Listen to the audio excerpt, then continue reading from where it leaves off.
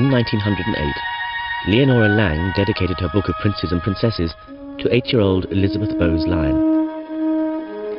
The last story ends amidst the welcoming shouts of the English people. Elizabeth was proclaimed Queen. 30 years later, that's exactly what happened.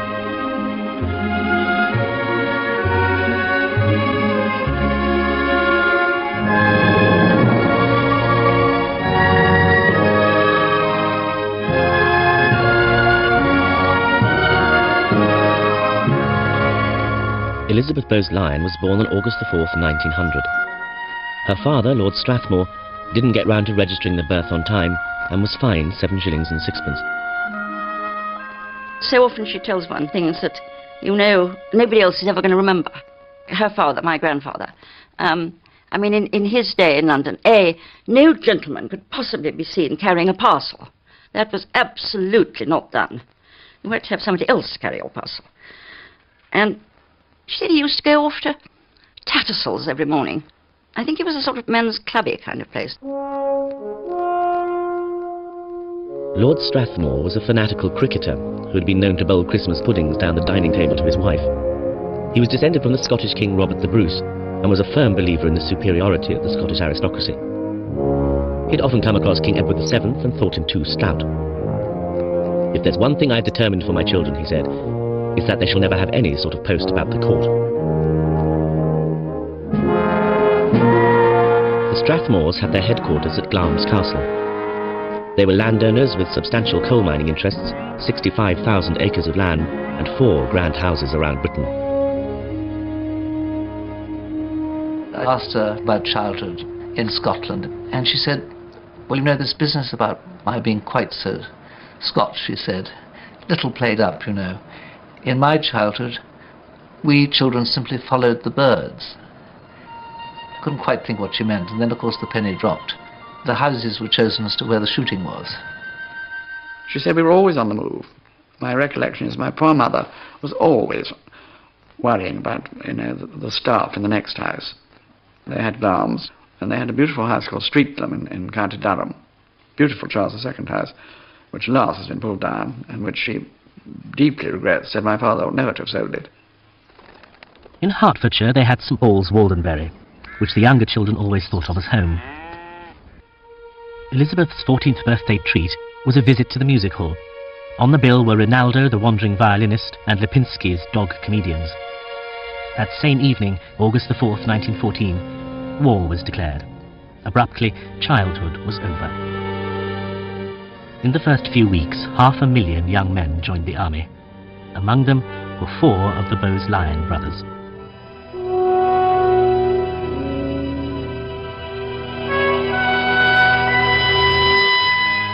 Within days, the Strathmores had converted Glamis Castle into a convalescent home for wounded soldiers.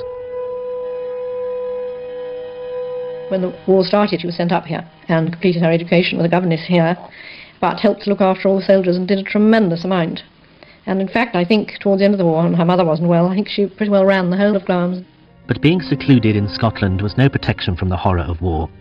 Michael Bowes Lyon was reported missing, Patrick was severely shell-shocked, Fergus snatched a few hours' leave to see his new baby daughter, and 3 days later was killed at the Battle of Loos.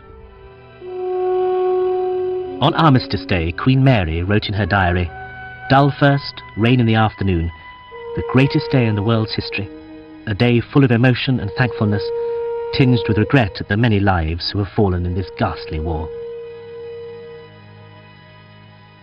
My great-grandmother wrote every week to her daughter.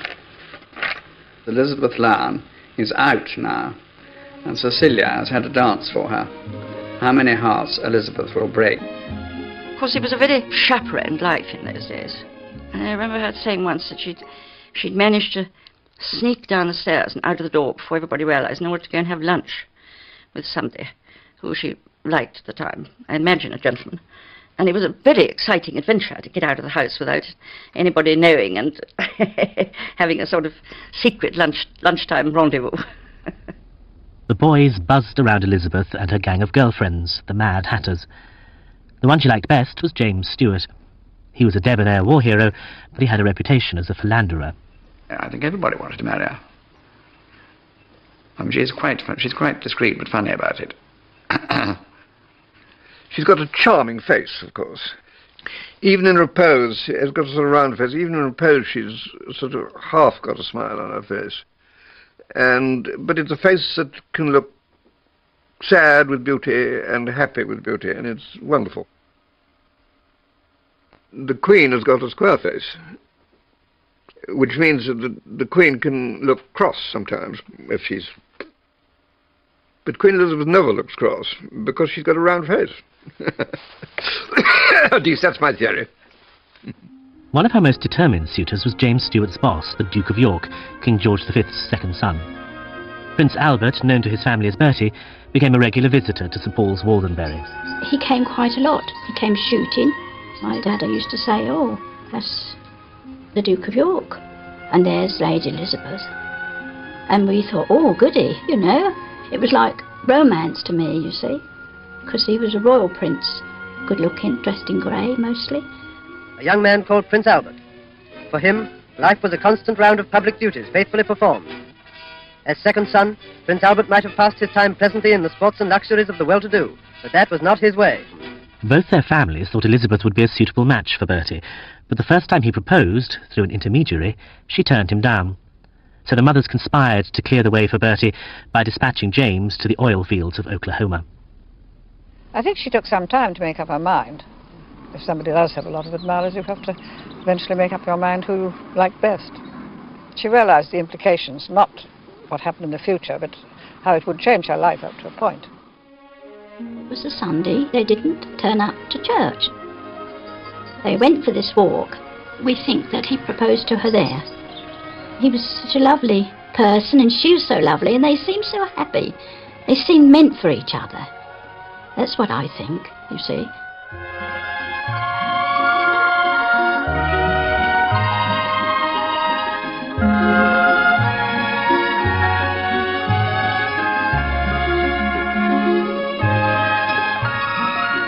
I feel very happy but quite dazed, wrote Elizabeth to a girlfriend. We hoped we were going to have a few days' peace first, but the cat is now completely out of the bag, and there's no possibility of stuffing him back. She became engaged to the Duke of York. It was absolutely wonderful breath of fresh air in really slightly, perhaps sticky atmosphere. She was very fond of King George V. Wasn't it lucky I was never frightened of him? It's all she's ever said. She made jokes and she made everything fun, and I think it was something that they'd never really known before. I don't think it was an easy atmosphere. The convention at the time was a sort of Teutonic sternness, a sort of cold baths regime, not merely physically but emotionally. I don't think their greatest admirers would say they were good parents. I think they were very fond of their children, but I think it was a strain. We were brought up very strictly. My father was a great disciplinarian, and in those days, as opposed to today, there was an old adage which said, children are to be seen and not heard. I don't believe that applies today. Sometimes when my father admonished me for something that I'd done, he said, my dear boy, you must always remember who you are.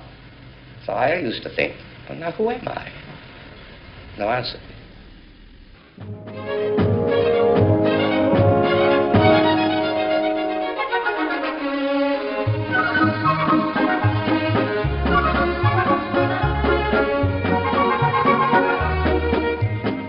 The newly formed BBC was refused permission to broadcast the service on the wireless on the grounds that it might be listened to by men in pubs wearing hats.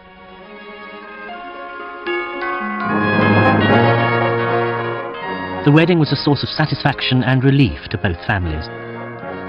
This is the one girl who could make Bertie happy, said Queen Mary.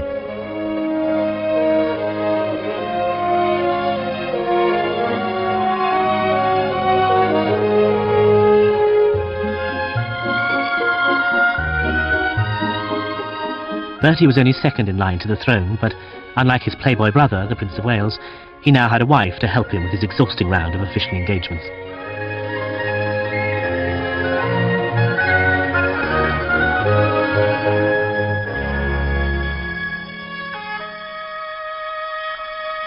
The months following marriage were full of public service of the Duke and Duchess, on whom began to fall a portion of those engagements which were the lot of royalty. Crossing unostentatiously by Channel steamer to France, the Duke and Duchess of York journeyed to East Africa to visit the growing colony of Kenya. The journey to Africa was particularly memorable. They were genuinely completely out of touch, and the country was hardly opened up. Extraordinary. And to have walked all the way from Nairobi to the Nile, out through Turkana, where people generally had never seen a white man, let alone a white lady. If one ever was slightly at a loss for a subject to talk to Queen Elizabeth about, one only had to mention Africa, and her eyes would mist over as she thought back to those days. I've quite often been at Royal Lodge when she's shown some guest who was interested in Africa her old photograph book, which has got a lot of photographs. And I mean, she'll remember everything. She'll remember the name of the bearers, the man who carried the gun, the name of the man who brought her early morning tea. And she'll even remember, I had some Kenyan friends who went round there once and she showed them photographs. She even remembered how to ask for early morning tea in Swahili. They walked everywhere. And she shot quite a lot of, yes, that's nowadays of the climate. We don't talk about shooting animals. But I mean, it was tough. They got up really early and walked for 5 or 6 hours, you know, chasing a buck or something, you know. I think the whole thing was wonderful, strange, exciting, and obviously, newly married, it was sort of like a great adventure. And I think it stuck in her mind more than any other trip she'd ever done. My darling Mamma, wrote Elizabeth to Queen Mary, we've had the most wonderful time, and we've both enjoyed it so much that words fail me to describe our happiness. Of course, mentally, we've had a wonderful rest. One never worries about anything, and only lives for the moment, which is quite impossible in England. I feel it must be good for one, and certainly Bertie has become much calmer and not half so nervy. They were away for 4.5 months. In the newsreels, their return home took second billing to the cricket team that hadn't won the Ashes.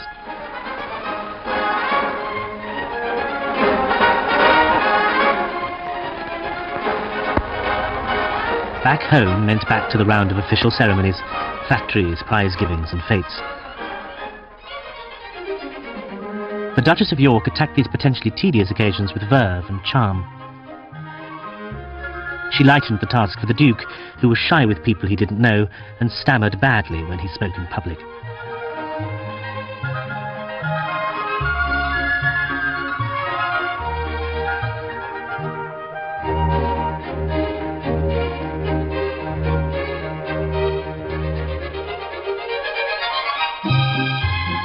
I remember thinking at the time, wrote Thelma Lady Furness, one of the Prince of Wales's married lady friends, that if I ever had to live in a bungalow in a small town, this is the woman I would most like to have as a next-door neighbour to gossip with while hanging out the washing in our backyards.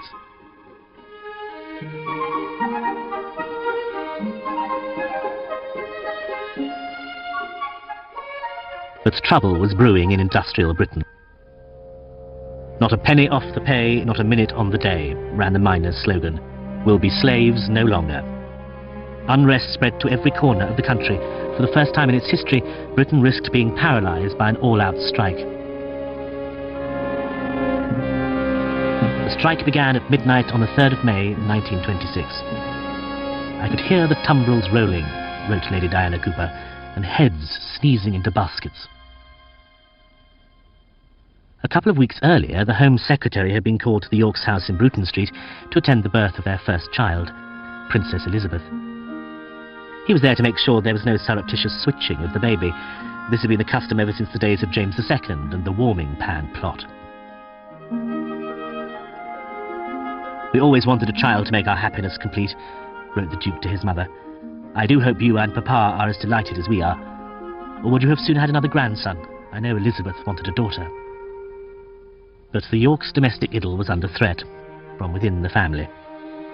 The Prince of Wales, the heir to the throne, was alarming the establishment with his open concern about unemployment and poverty, about the misery and squalor that troubled so many of his future subjects. I really saw some terrible things when you look back. And you didn't have, as it were, you didn't have political conceptions about how the country should I had be lots of political conceptions, but I kept them to myself, because that is the tradition of the royal family. In January 1927, the Duke and Duchess of York were sent on their first imperial mission, a tour of New Zealand and Australia. It meant leaving little Princess Elizabeth behind. The Duchess wrote to her mother-in-law, "The baby was so sweet playing with the buttons on Bertie's uniform that it quite broke me up." The King wrote back, "I am glad to be able to give you the most excellent accounts of your sweet little daughter, who is growing daily. She has 4 teeth now, which is quite good at 11 months old." The Duchess, wrote the Governor of South Australia, has had a tremendous ovation and leaves us with the responsibility of having an entire continent in love with her.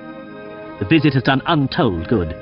It's put back the clock of disunion and disloyalty 25 years. A well-known communist agitator was heard to say, "Why, they're human. Yesterday I was in the crowd with the wife, and I'm blessed if the Duchess didn't smile right into my face. I've done with his damned communism." She's an extraordinary person. Everybody who's come in contact with her falls under the spell, in my view, and I've now known her for nearly 60 years. She's never changed. I think she married the head gamekeeper. She'd have run everything. She's just the same talking to the gardener or to the Prime Minister. I mean, she really doesn't alter herself at all. They'd been away for nearly 6 months. In their luggage were 2 tons of toys for the baby princess, presents from the people of Australia and New Zealand.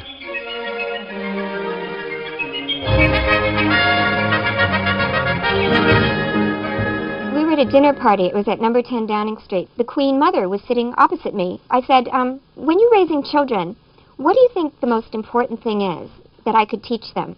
And Laurence Olivier, to my right, there was a frozen silence at the table, during which it jogged my memory that you're not supposed to ask queens questions. And Laurence Olivier said something like, "Ma'am, she means that." And the Queen Mother said, "I know what she means. I want to think for a moment." It was very decent of her, And then she said, beautifully, her face lit up, and she said, "I think it's manners." And I said, "Really, you think?" And she said, "Yes, I think manners will get you through anything." I think she was very clever because she never, ever reprimanded them in public. She took more afterwards, but that was her technique, and consequently they always behaved very well.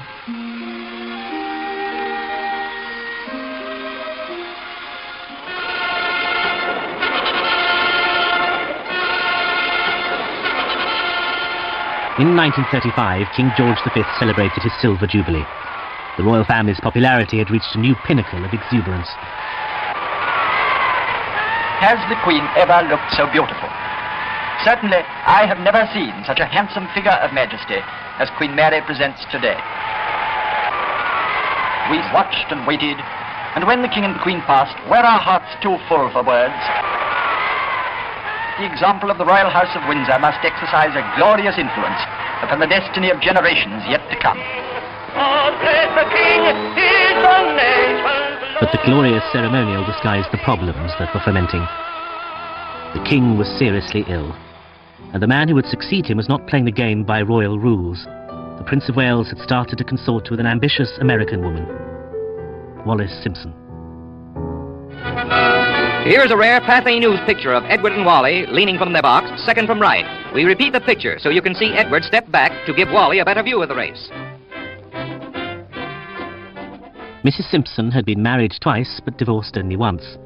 The King and Queen were not enchanted at the prospect of the heir to the British throne being under the thumb of an American divorcee. The Prince of Wales was a mass of paradoxes.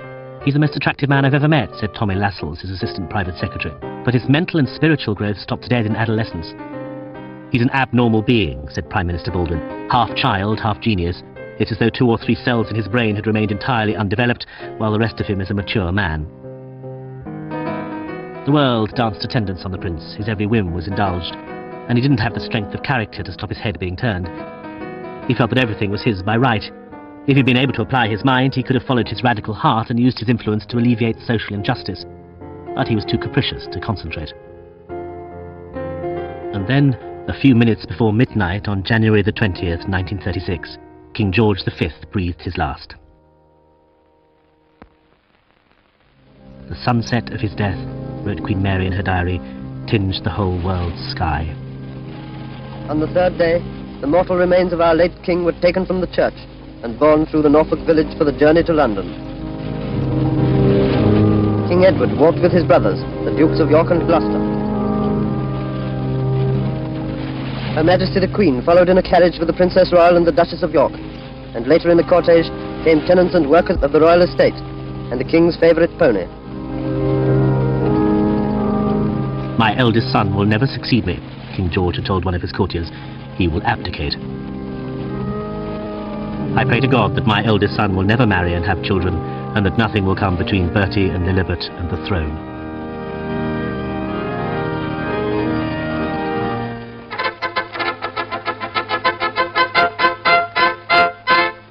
Edward, Albert, Christian, George, Andrew, Patrick, David. The new king, David to his friends, but Edward VIII to the nation, watched the proclamation from a window in St James's Palace, an unprecedented breach of etiquette. The woman at his side was Wallis Simpson.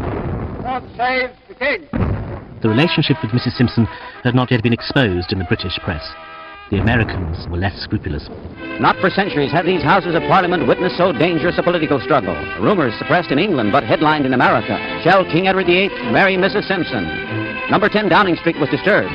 Stanley Baldwin made visits to Buckingham Palace as talk spread that Mrs Simpson might become Queen.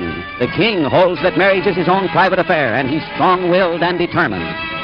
There have been rumours that he might elope with her and abandon crown and throne for her, the lady from Baltimore, now the most publicized woman on earth. In those days, the British press was prepared to respect the sovereign's private life, so long as it remained private. The King and Lord Beaverbrook had a gentleman's agreement to soft-pedal Mrs Simpson's second divorce suit. But the press didn't know that the King had already decided to marry her the moment she was free. When the news finally broke in Britain, people were dumbfounded.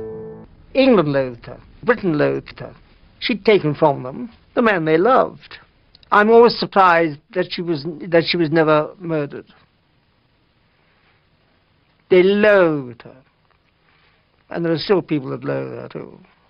All this was going on. I don't think the Duke and Duchess of York were really consulted much.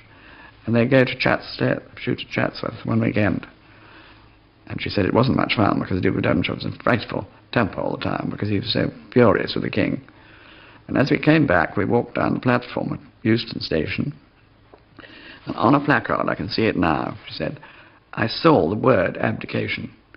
And my heart turned over, and I thought, well, for it. She said, I don't believe I'd ever faced it till that minute.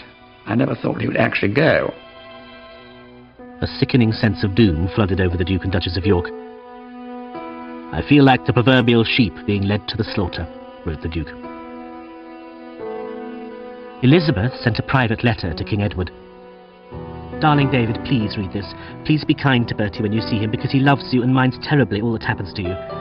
You have no idea how hard it has been for him lately. I know that he is fonder of you than anybody else, and as his wife I must write to tell you this.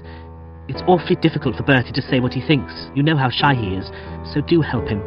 I'm terrified for him, so do help him. And for God's sake, don't tell him that I have written. Bertie went to plead with his brother, who was incommunicado at Fort Belvedere in Windsor Great Park. I could see that nothing I said would alter his decision, he wrote in his diary. I went to see Queen Mary, and when I told her what had happened, I broke down and sobbed like a child.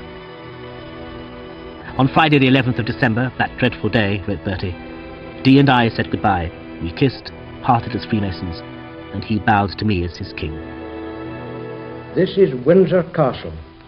His Royal Highness Prince Edward. At long last, I am able to say a few words of my own. A few hours ago, I discharged my last duty as King and Emperor. I have found it impossible to carry the heavy burden of responsibility and to discharge my duties as King as I would wish to do, without the help and support of the woman I love. Whenever she talks about the abdication, she's really very generous about the Duke of Windsor. All I've ever heard her say was, and then he left. Well, it was a bit much, wasn't it? I thought that was an understatement. She's very apt to say, people don't realize we didn't know whether the country would accept us. You've no idea of the position held by the Duke of Windsor. But she doesn't like talking about it. It's too painful. She doesn't like talking about it.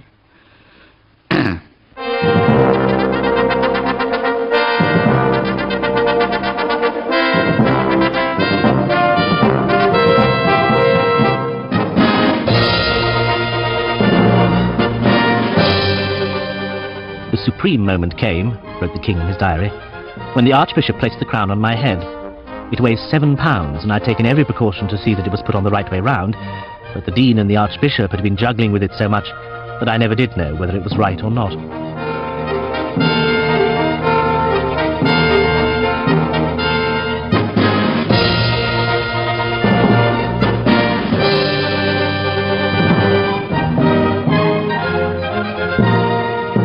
As I turned after leaving the coronation chair, I was brought up all standing, owing to one of the bishops treading on my robe. I had to tell him to get off it pretty sharply, as I nearly fell down.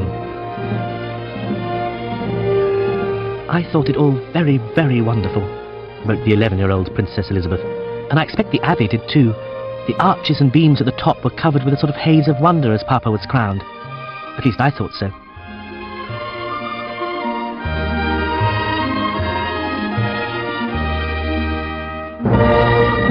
The curious thing, wrote the Queen to the Archbishop of Canterbury, is that we are not afraid. I feel that God has enabled us to face the situation calmly. What struck me as being rather odd, wrote Princess Elizabeth, was that Granny did not remember much of her own coronation. I should have thought that it would have stayed in her mind forever.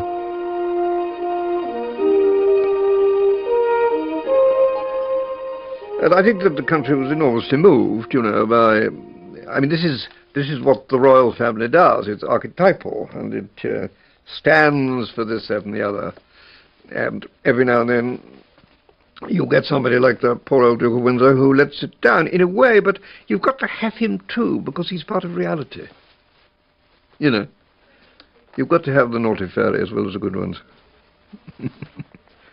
Far, far away in the Château de Condé, the Duke and Duchess of Windsor listened to the broadcast of the service. The words rolled over me like an engulfing wave, wrote the Duchess. All the while, the mental image of what might have been and should have been kept forming, disintegrating, and reforming in my mind.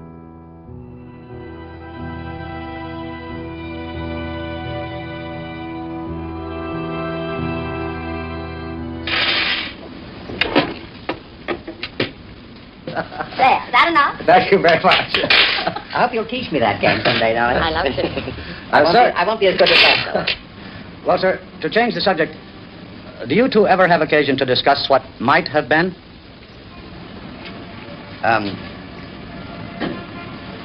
Mr. Murray, I think you must be referring to the events of 1900, the crucial events in my life, in our lives, of 1936, and are wondering whether they have ever preoccupied our minds since that time. Well, now, the answer is most emphatically no.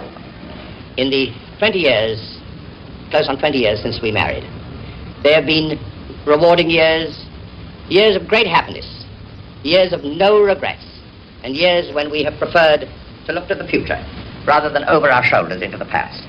But, David, don't you remember we always said we would never talk about what might have been? In fact, I think we arranged that pact on our honeymoon. Yes, we did, and it's a pact and a vow that we've never broken. What we all have to remember about darling Queen Elizabeth is that she never wanted to be Queen. She was very, very happy as she was, with her 2 lovely young children and her husband, of whom she was very fond, but of whom she felt that he oughtn't to be subjected to too heavy pressures. But being a woman of enormous courage and with a stick of steel down the middle of her, you know, she's a strong woman. She said, well, I'm going to make a success of this, and I think that she made a tremendous difference in recovering after the abdication, which was a very serious blow to the monarchy in those days, very serious. She felt that it shortened his life. He was the last person who wanted to take on this very, very heavy task. He was a very shy person, so therefore it was a tremendous effort to him to make speeches, to, you know, public occasions were an effort to him. It is a significant fact that the plans were being prepared at a time when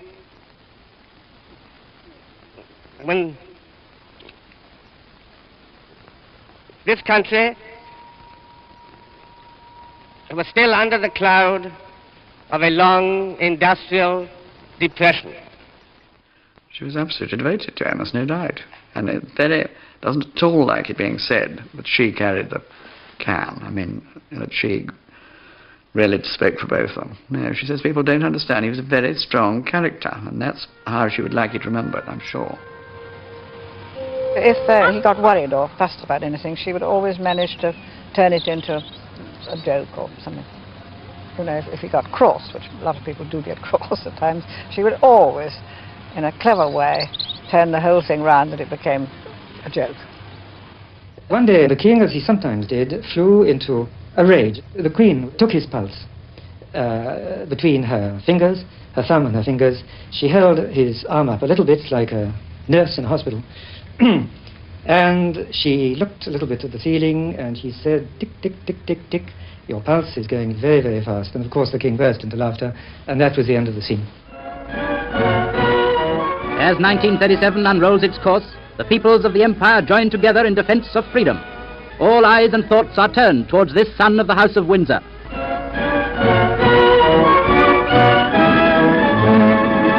Elsewhere, a leader was choosing his people. Vienna heard the bombers roar, hung out the flags of black and red, and Austria was absorbed into the Reich.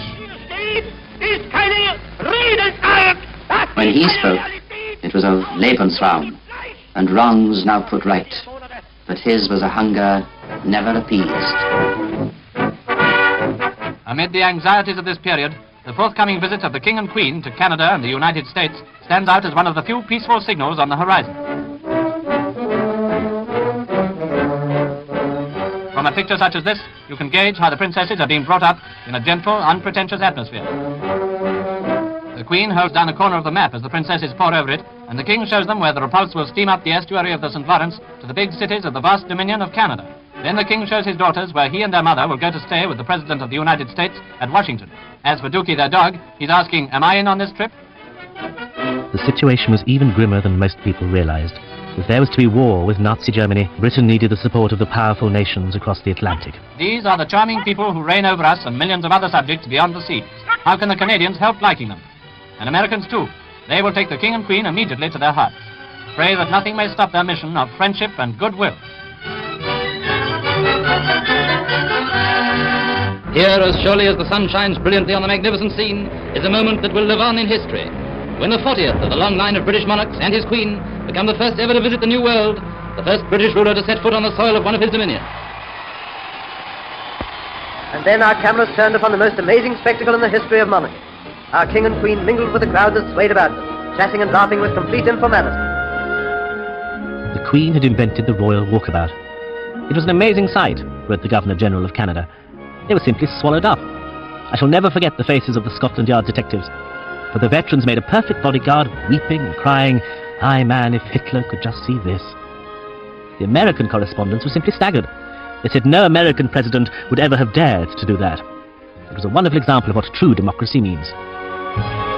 The royal train arrives in Washington, and appropriately to the scenes which follow, let me leave Movie Tone's American commentator, Lowell Thomas, to describe the welcome to our King and Queen. In Union Station, they proceed to the reception room, where they're awaited by President and Mrs. Roosevelt. Friendly and wholehearted salutations. So glad to see you. Delighted to be here. No stiffly starched diplomatic chill. American President and British sovereigns. They and their first ladies, like a party of friends. A close-up of royalty at its royal task. It was the first time a reigning British monarch had set foot in the United States, which had booted the British out nearly 2 centuries before. And she said, of course, it was a miracle, because we made friends with the Roosevelts, and the King used to sit up till the small hours talking to the President about the war, which was going to happen any minute. Washington gets a spectacular show. The parade down Pennsylvania Avenue. King and President talking. I wonder what about. Mrs. Roosevelt noted with interest that the Queen sat on a cushion which had springs to make it easier for her to keep up the continual bowing. The royal couple arrived at the Roosevelt family house to be greeted with a tray of cocktails. "My mother," said the President, "thinks you should have a cup of tea. She doesn't approve of cocktails." "Neither does my mother," replied the King, taking one. "I've never enjoyed meeting anyone more," the King said later. "Why don't my ministers talk to me as the President did tonight? I feel exactly as though a father were giving me his most careful and wise advice." "I nearly cried at the end of my last speech in Canada," said the King. "Everyone around me was crying. This tour has made us."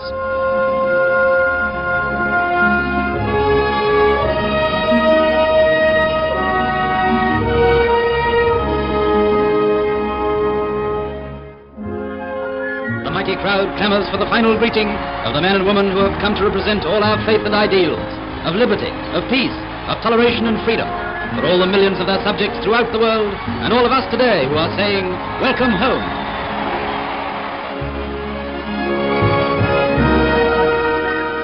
They returned to a Europe suspended in a state of ominous quiet. War seemed inevitable, a boil waiting to burst. Every summer, the king sponsored a boys' camp. The idea was to help create a civilized society by breaking down class barriers. In August 1939, 100 public schoolboys spent a week with 100 factory apprentices at Abergeldy Castle, near Balmoral. It's so lovely to be near royalty, so near, and with, I mean, seeing part of the whole situation, the life of the whole situation, you know. He's a jolly good fellow, and so say all of us. There were no him and you. It was you were a team, very competitive, especially if you're playing a game of rugby. Oh, I never played rugby before.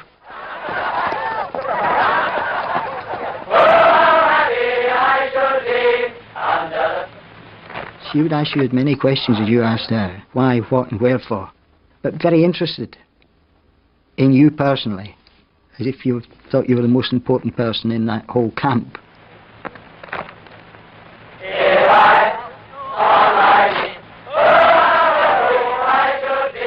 Underneath the spreading chestnut tree, where you sat me on my knee. Yeah, it was good. She was concerned for us all. She felt sorry with the shadow of the war just on the horizon at the moment, but felt, you know, that she felt for all of us who will be involved, because we're all that sort of age, you know, we will be involved, you know. Well, the king mentioned that once. He said, you'll probably be in the conscription effort. I hope we'll have the same team spirit. He says, I will do my best if you will do your best. Can we make that a promise? And so it was, one Sunday morning in September. The seeds had long been sown, and all the land was waiting for the harvest.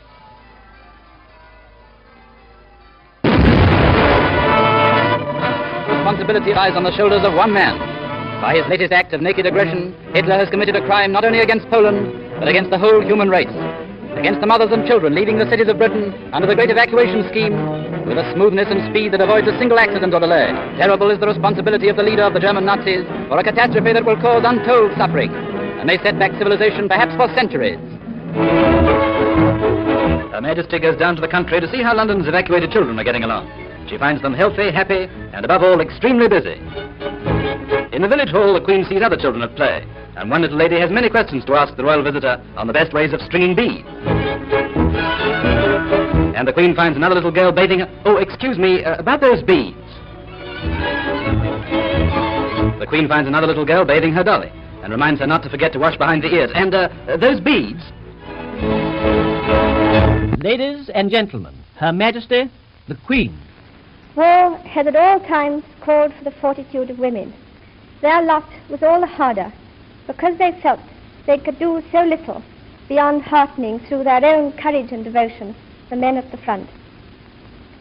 Now this is all changed, for we, no less than men, have real and vital work to do. We have all a part to play, and I know you will not fail in yours. Only when we have won through to an enduring peace shall we be free to work unhindered for the greater happiness and well-being of all mankind.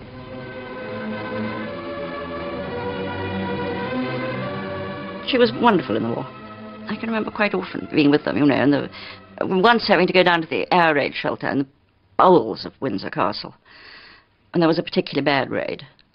And all the people were trying to make Queen Elizabeth hurry up to get there, upon which she walked slower and slower and slower, just to show them that she wasn't going to be frightened into hurrying to the air raid shelter. The world's greatest city rides in flames, an epic of courage that stirs the hearts of free men everywhere. Dawn and devastation in a Britain under siege. Life becomes a nightmare in which 50,000 are killed or injured in the first 5 months. 4/5 of the first casualties were in London, most of them in the working class areas around the docks. The East Enders were bitter to be carrying the brunt of the bombing. There was relief in the Ministry of Information when the Germans, as Harold Nicholson put it, smashed about Bond Street and Park Lane and readjusted the balance.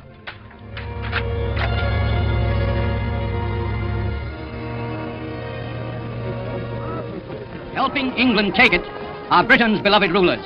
They visit every stricken area. Royalty and commoner stand united, unflinching. What to wear while visiting the bombed areas was a knotty problem. The Queen wanted to dress smartly. "Of course I do," she said. "If the poor people came to see me, they would put on their best clothes." Black would feel defeatist, and her usual rainbow colours were not appropriate, so Norman Hartnell dressed her in dusty lilac, dusty blue and dusty pink, shades that conveyed sympathy and encouragement, and had the advantage of not showing the dust.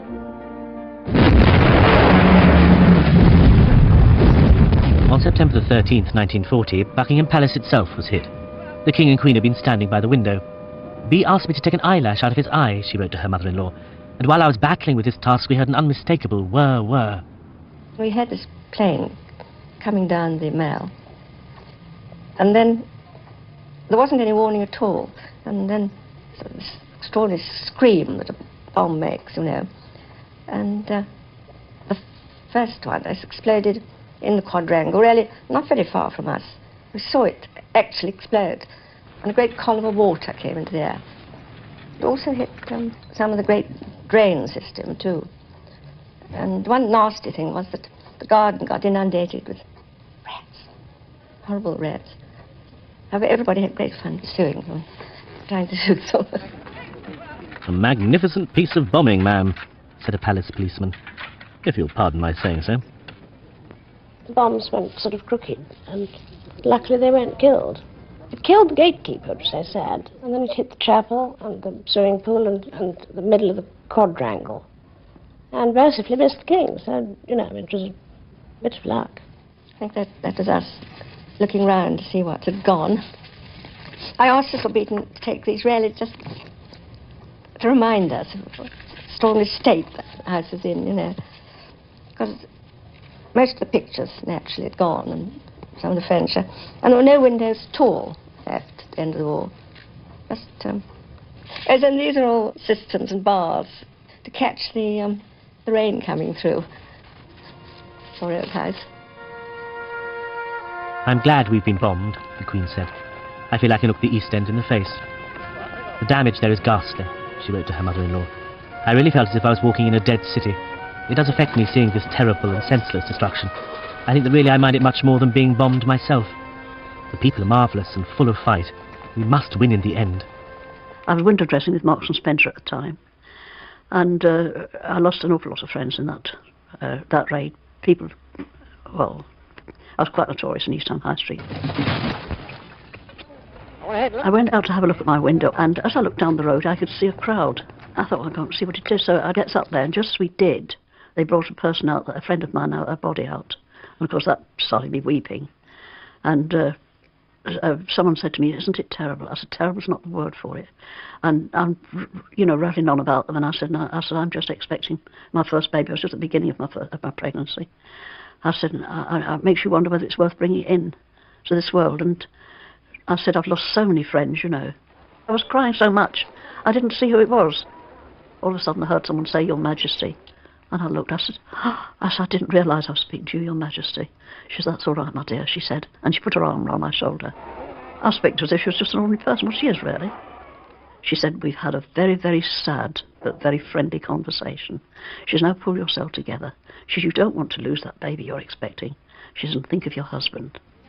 They were stable, they were relaxed to all appearances. The monarchical institution operated by that married couple was, I think, a very important factor in keeping public opinion united and firm and determined to go on. After all, on paper, we had lost the war in 1914. It was only a matter of time.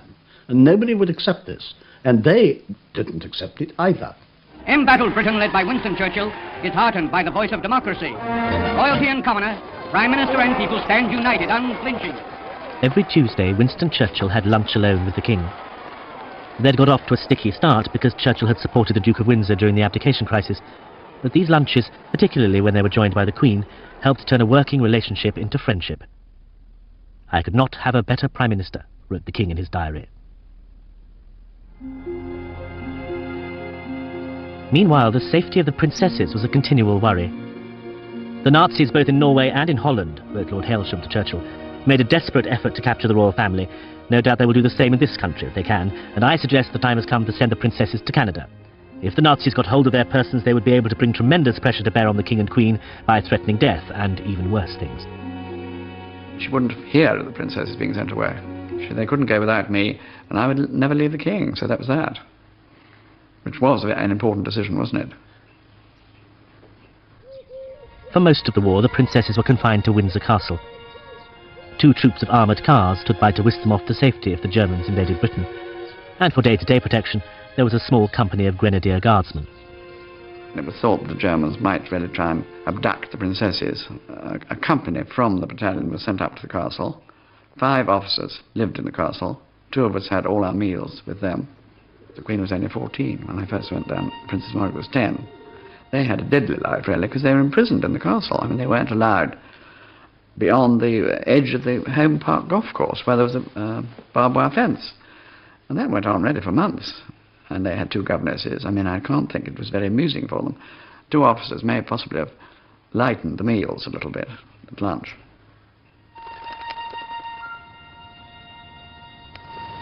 Well, of course, the house, which is very solidly built, a good old castle, and felt nice and safe there. But of course, there was nothing in it. You know, they'd taken away the pictures, and there was one light in every room, and one couldn't see out because of the blackout and the stuff on the windows, and wire cages to stop the flying glass and all that, so it made it very dark. And the King and Queen used to go off every morning at 8 by a special train to visit the bombed cities. And therefore you had to picture her talking to people who'd lost their homes and almost talking to people underground, not yet dug out. And they used to come back at 8 and they used to have dinner on their own in, I think, what's called the Star Chamber in the corner of the courtyard. And after dinner, which is probably 10 o'clock, they used to come in to meet us, to the staff, about 6 of us. And I've never forgotten her, sitting up till midnight, cracking jokes, being frightfully amusing about these terrible experiences. I mean, with feeling, but saying, and I have no idea of things we've had to do today. Well, they've been to Liverpool or somewhere, quite extraordinary. Wherever their majesties go, they meet the same high courage. The predominant sounds during this visit were cheering crowds, wailing sirens, and cries of, "We can take it, your majesties, we can take it." I don't think you could beat the King, supported by Queen Elizabeth, with those 2 children in the background. I was a pretty tough lot, you know. I mean, it's a strong team, that. Marvellous. I mean, it's a strong archetypal team. It's the family. Now, I don't know much about the Duke of Windsor, but I don't think he would have done it as well. In fact, I'm sure he wouldn't. That's my view.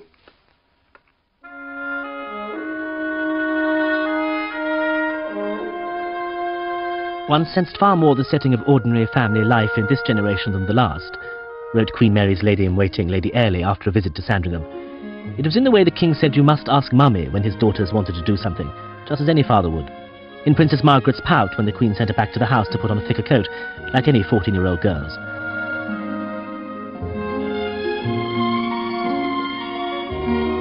The King is a devoted father.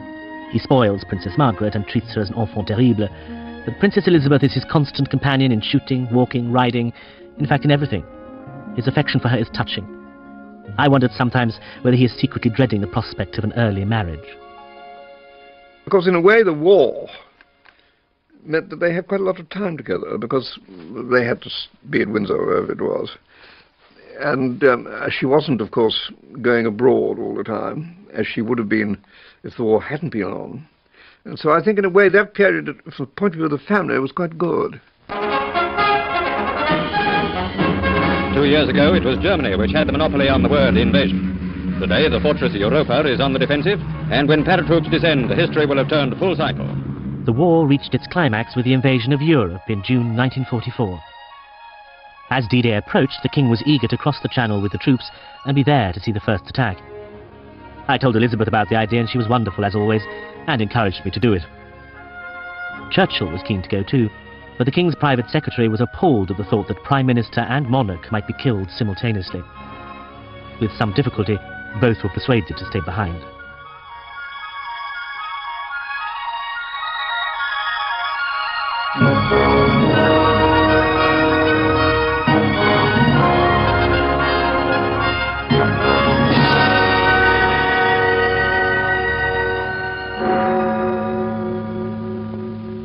Hostilities will end officially at 1 minute after midnight tonight, Tuesday, the 8th of May. Advance, Britannia! Long live the cause of freedom! God save the King! Thousands upon thousands went to the palace, for this is the way we have in Great Britain. The family and the head of the family rejoice together.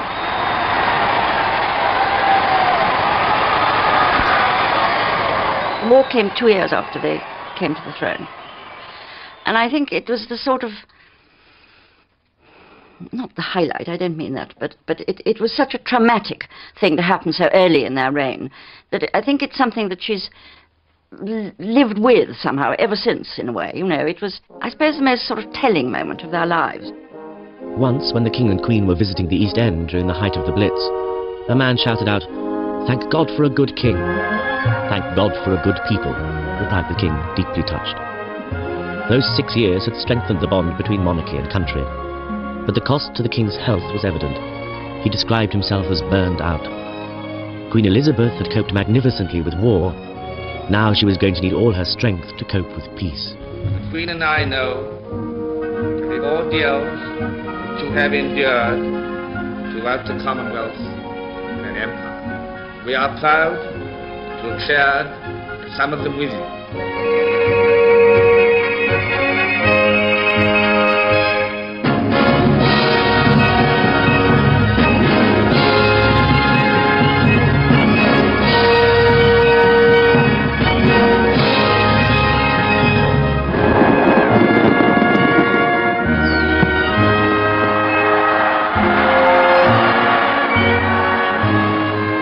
But the elation was short-lived. Churchill was kicked out and replaced by Attlee's Labour government. The new mood was one of puritanical austerity. "One fears that this winter is going to be difficult," wrote Queen Elizabeth to a friend. "Little fuel, no more clothes, monotonous and sparse food, and no bombing to liven us up. But people are not being killed, and that's the main thing." Icy winds, heavy frost, and quite a bit of snow. That's what it's been like in Britain lately, as you've probably noticed. Real austerity weather. In the middle of the worst winter of the century, the royal family was committed to a lengthy tour of sun-drenched South Africa. They left their subjects snowbound and shivering in the grip of a fuel crisis. "I know Bertie feels he should be at home," wrote the Queen to her mother-in-law. In the Bay of Biscay, they hit a squall that sent everyone, except for the Queen, scurrying to their beds. "At last we sailed into calm waters," reported the King's equerry group captain Peter Townsend. A warm wind blew and the Queen remarked, "It's like being stroked." The princesses had never been out of the British Isles before. "Poor darlings, they have never had any fun yet," wrote the King in his diary. I looked after both the princesses. Lady Harlech was the lady of the bedchamber. Lady de la Peel was the woman of the bedchamber. I was a sort of, neither fresh fish nor fowl, neither a lady or a woman. I was in between the two, I think. So I looked after both the princesses. Princess Elizabeth had been reluctant to come.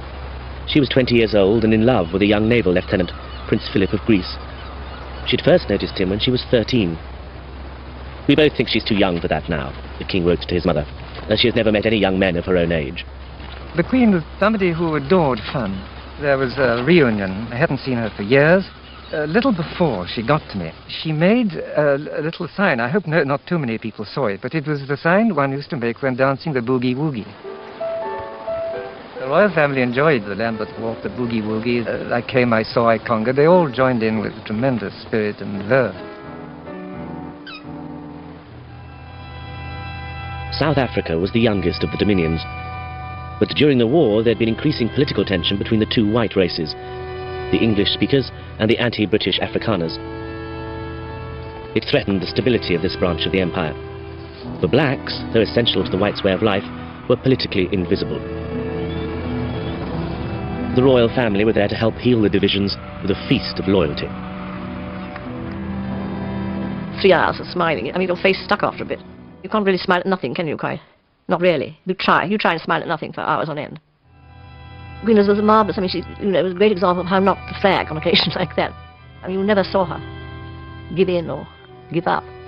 She has that magic with people, hasn't she? She gets so much from people. In return, they give a lot to her.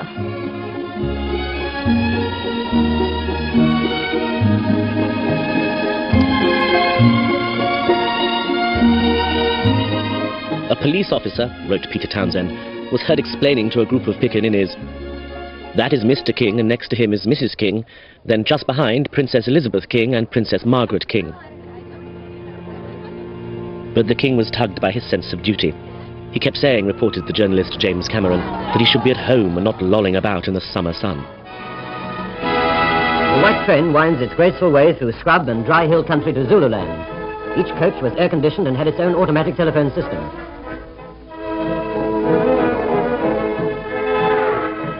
"30 days in the Royal Train." It was a lovely train, but it was still a train, you know. Talk about mad dogs and Englishmen. It didn't sort of have a siesta from 2 to 4, anything like normal people do in that sort of country. Even if you're in the middle of your dinner and you came into some village and there were these poor people who had been standing by the railway line for 2 or 3 days, that you got out to talk to them on the line. So that went on up till 11 o'clock or even later sometimes. So you couldn't want to call, get into your dressing gown and go to bed. It was a very, very exhausting tour. It was more strain perhaps for him than for her. I think it did affect his health. I think they always said that it really started all his troubles, really. The tension of, always. It was a really great day for Barotseland, for the King and Queen were visiting the Protectorate. Resplendent in his super uniform, the chief had previously been paddled 300 miles downstream for this great affair. The leader of the paddlers in the canoe certainly knows his job. The King and Queen were surprised and disturbed by the hostilities they found bubbling below the surface of the celebrations. I remember one occasion we were in the royal train and there's a long tablecloth with the crest and the motto, Ex Unitate Vires.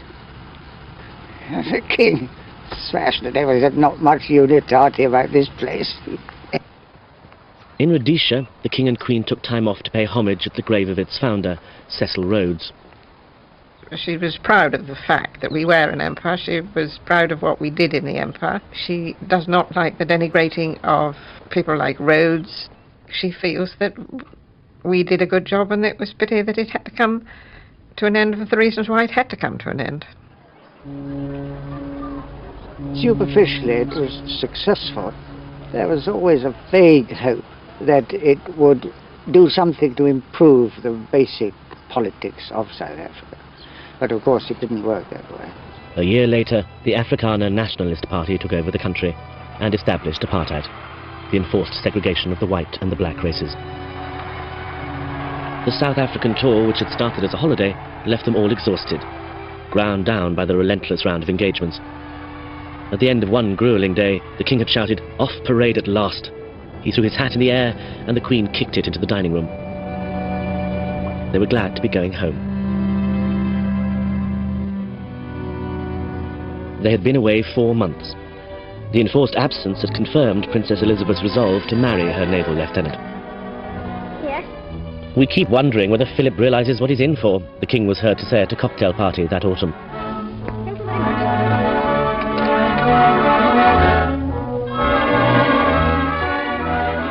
"I think the King and Queen were right to make her wait a while," said Queen Mary. "After all, he had to wait long enough for his wife, and you can see what a success their marriage is."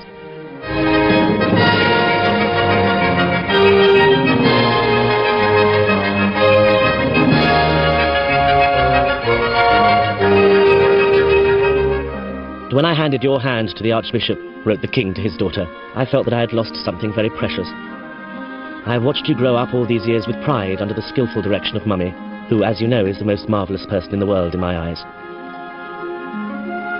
Your leaving us has left a great blank in our lives, but do remember that your old home is still yours, and do come back to it as much and as often as possible. Don't forget us is the wish of your ever-loving and devoted Papa.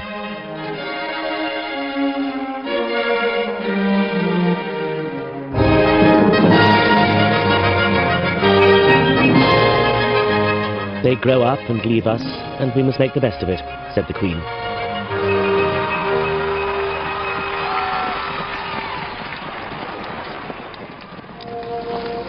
But the King was not well. He'd lost 17 pounds during the exhausting South African tour. For some time he'd had cramp in both legs. Now his left foot had become numb. The pain kept him awake at night.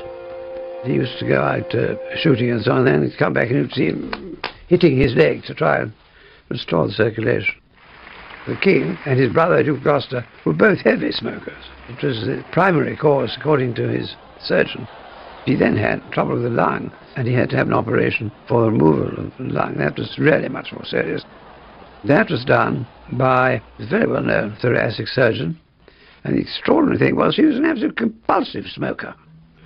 Here he was, cutting people's lungs out because they were full of tobacco and smoking himself like that's him. Extraordinary. He was such a delightful and charming person, and she realised that he was, he was becoming frail. It was always concealed as much as possible, and as little as possible was made of it. And he was very brave about his difficulties. To London Airport come the King and Queen to speed their daughter and her husband on the first stage of their 30,000-mile journey to Australia and New Zealand.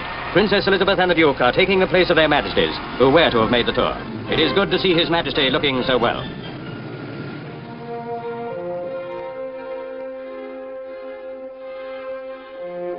The King and his daughter would never see each other again.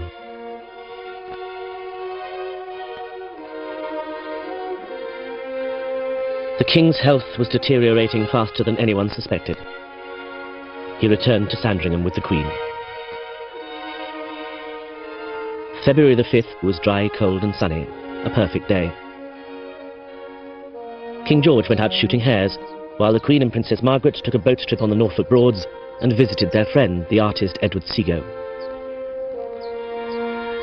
I got back to Sandringham rather late, wrote Queen Elizabeth to him a fortnight later, and, as I always did, rushed straight to the King's room. I found him so well, so gay, and so interested in our lovely cruise on the river. I told him he would send the pictures back in my car, and we went straight to the hall where they'd been set out, and we spent a very happy time looking at them together. We had such a truly gay dinner, with the King like his old self, and more picture-looking after dinner. But early on the morning of February the 6th, the King's heart stopped beating. He was only 56. His private secretary, Tommy Lascelles, rang Edward Ford in London. Lascelles just said, Hyde Park Corner, which is the code for the King is dead.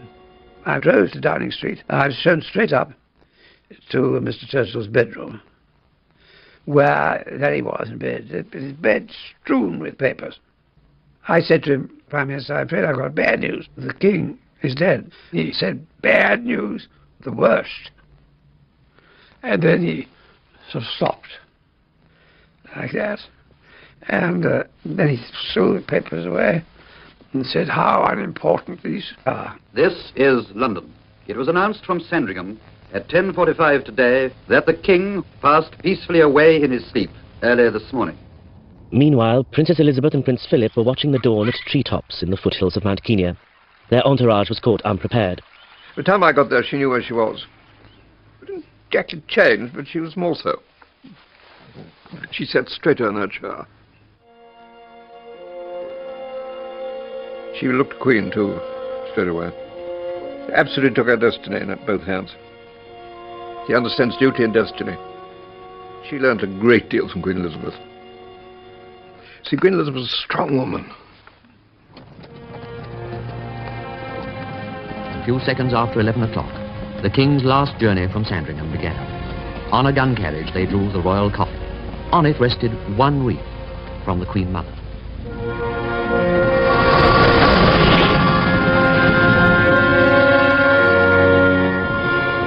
He was so young to die, wrote Queen Elizabeth to a friend. He was so kind, too, and had a sort of natural nobility of thought and life, which sometimes made me ashamed of my narrower and more feminine point of view. Poor lady, said her page, Kemp. She never had time to cry.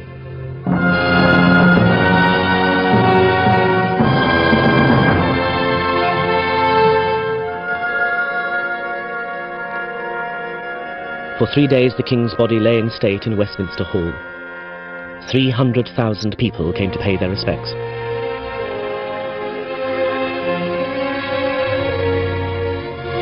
The King was laid to rest in St. George's Chapel at Windsor. Beside his tomb are inscribed the words he'd quoted in his first Christmas broadcast of the war.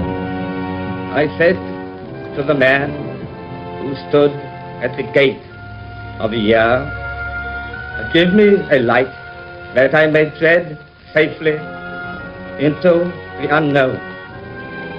And he replied, "Go out into the darkness and put your hand into the hand of God. That shall be to you better than light and safer than a known way."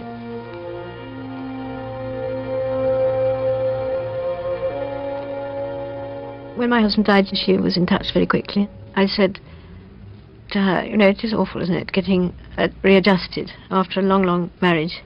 And she said, "Oh yes, it is, very hard."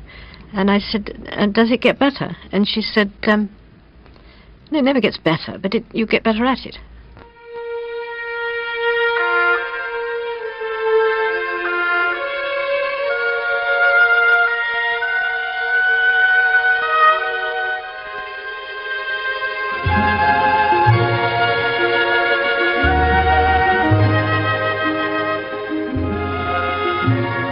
She didn't see people for a long, long time. She wouldn't see anybody.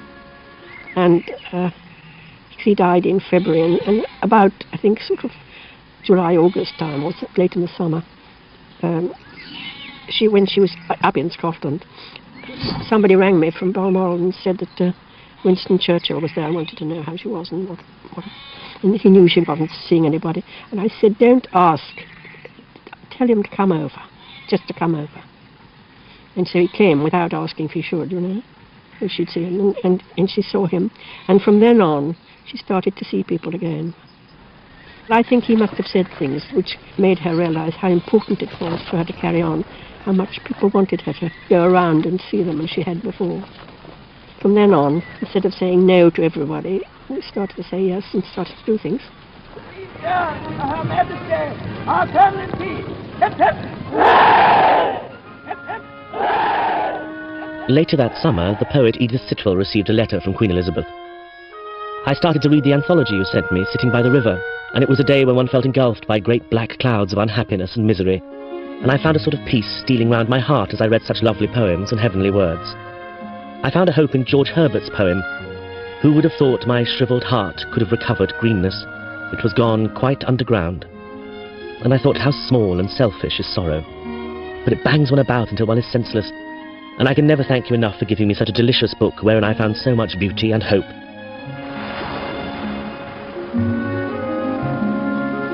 An essential element in the healing process came from a chance discovery in Caithness, the northeastern tip of Scotland.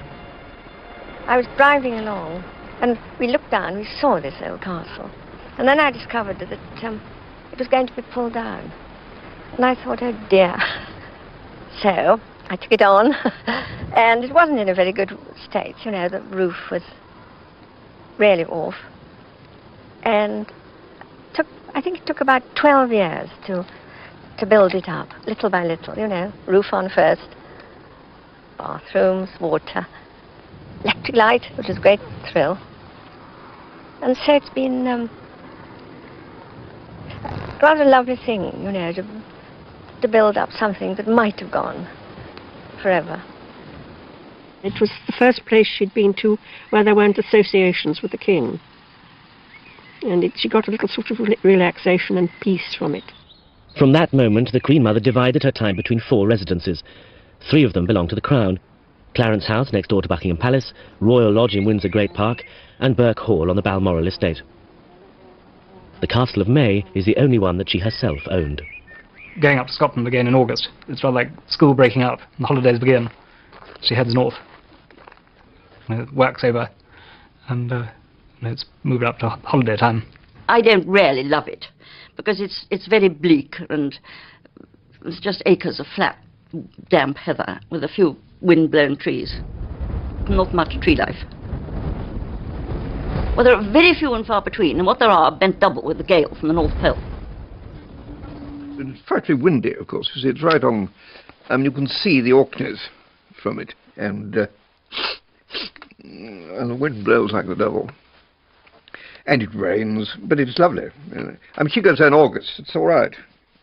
But it wouldn't be quite so jolly as I know, I don't think, in November. Not so jolly. Since the death of the king, the Queen Mother's life had gone through difficult changes. She was no longer privy to political decisions. She was forced to move out of Buckingham Palace. She was obliged to take a supporting role at her daughter's coronation. But she was determined to impress her sense of the sovereign's duty on the next generation. Work is your devoir, she was fond of telling her daughter. The rent you pay for life. The man who'd renounced his duty was not there to see his niece crowned. The Duke and Duchess of Windsor, despite their pleas, had not received an invitation. It was 14 years later, when a memorial to Queen Mary was unveiled in the Mall, that Wallis Windsor and the Queen Mother met for the first time since the abdication.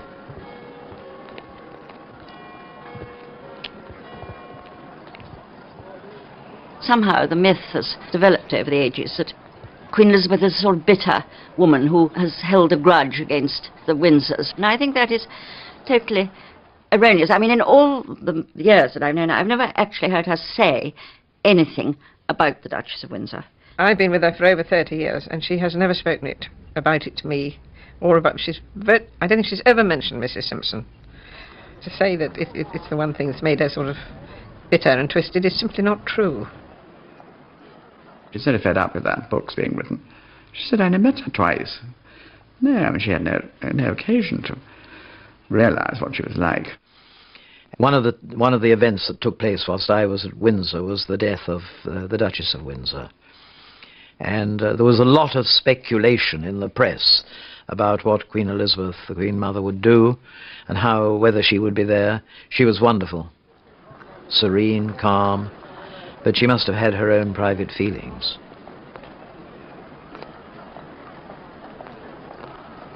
She talks about what's going on today all the time, I find. I mean, she's not a... I mean, if you're with her, you don't spend all the time talking about the past or anything like it. You talk about the present, what fun it all is. You do, really, you know. And, you know, what the politicians are doing, and that isn't always fun. But never mind, you talk about it, and you laugh at it. You have fun.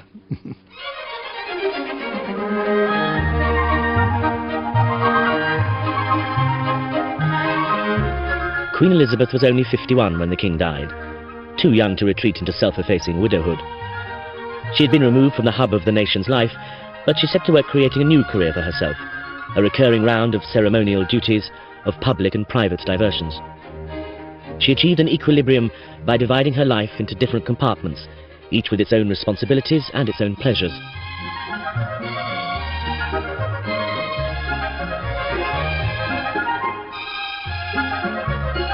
She was even able to indulge in something she'd never had time for as queen, such as private holidays abroad. One day my husband said to Queen Elizabeth, "Have you been to the Loire?" And she said, "I've always longed to go, but I've never been." And that was how it started. The next time we went, it was to Provence.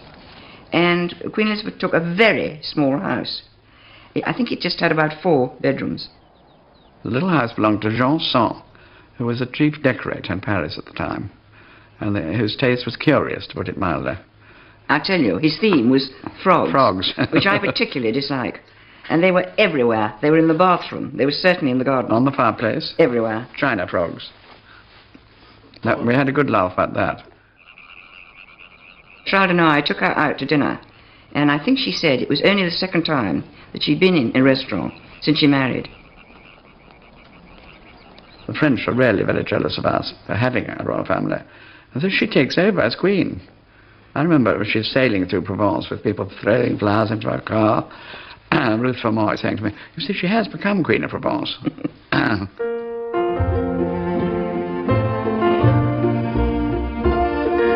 rather nervous when she arrives. I mean, there was a duke who wouldn't sit next to her, wasn't there? Yes, and one I other was too person had a frightened. heart attack as a result. They usually warn her and say, I think we should just tell your majesty that the mayor is a communist. And she says, but I love communists.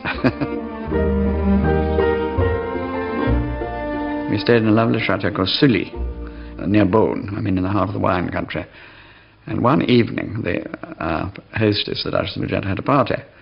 And all the people from Beaune came and sang and drank a good deal of Burgundy. And Ruth Fermoy played the piano. It went on till heaven knows what hour, about 1 in the morning. And eventually she said, I think we must go to bed. So we all went up to her bedroom. And the bedroom window looked out over the moat. There was a bridge over the moat. And the people were coming away from the party. And at this particular house, she'd been given, the sous-prefet's wife had given her a little present, which was a mouth organ. And she said, perfect, put it in her bag. And when she got to her bedroom, she said to me, hold the lamp over my head. And she leant out the window, and toot-toot on her mouth organ, she played the Marseillaise. And one of the people, one of the sons-in-law, had a French horn, and he tootled back with his horn. I thought, this is about 2 in the morning. What these people at Beaune must have thought when they got home. They couldn't believe it. The little blue figure at the window playing the mouth organ.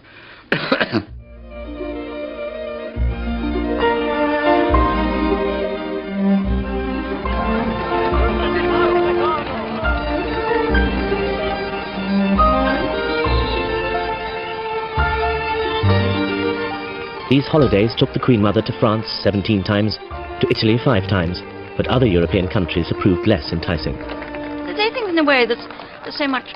I mean, I'm probably quite wrong about Germany, but I mean, I don't think there's anywhere quite as attractive as there would be in either France or Italy, you know. I don't think she feels a yen to go to Germany. I went out with her once when she went to Germany, and it was the most extraordinary experience, standing in the Kurhaus, whatever they call the town hall in Germany, and seeing a German mayor presenting flowers and making warm speeches to somebody I saw as having been one of the pivots of resistance during the war. She was then, when they had the reconciliation service at Coventry and the President of Germany came over, she did that ceremony without any sense that she had any resentment against them at all. I present to you this cross of nails from Coventry, a symbol of reconciliation, friendship, and peace. And may God bless the people of your country. She minds about the war. You know, it's her generation. You can feel by looking into her face that she really is feeling gratitude for those who gave their lives, sorry that they've gone, but always courage.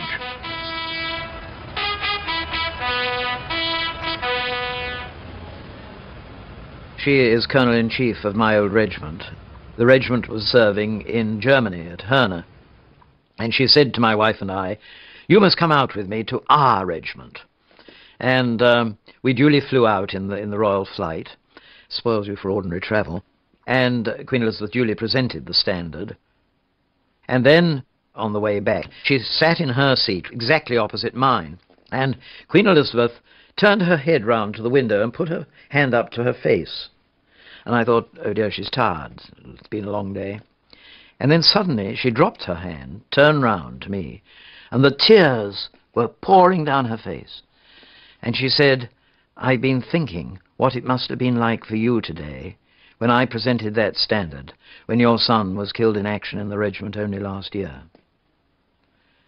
It's that sort of thing. That's very moving.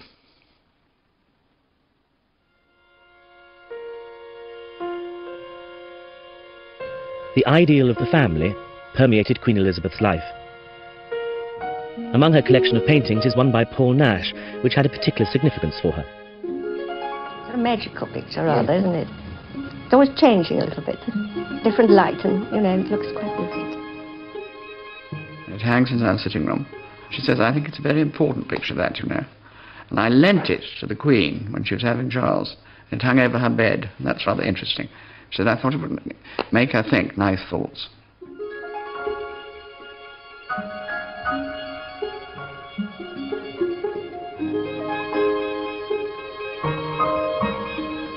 After the christening, Queen Elizabeth got out the family photograph albums and they all tried to decide who the baby looked like. Queen Mary said he was the image of his great-great-great-grandfather, Prince Albert. But Queen Elizabeth herself was convinced he looked more like her own husband, the King.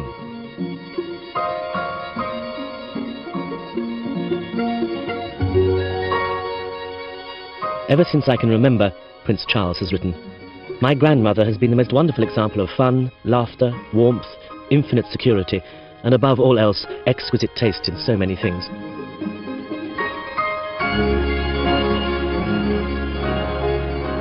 She is immensely close to Prince Charles.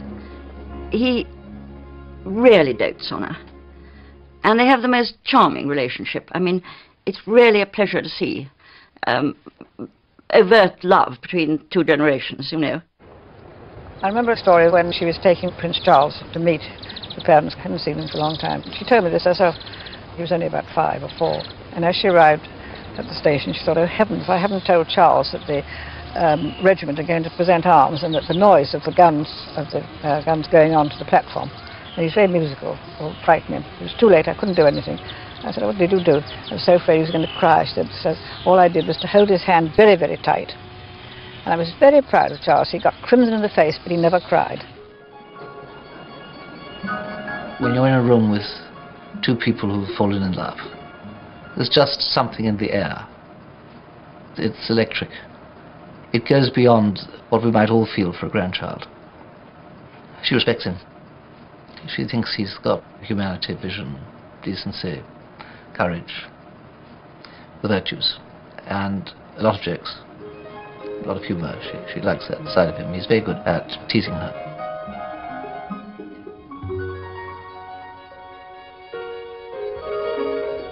And I think his load sort of falls from him.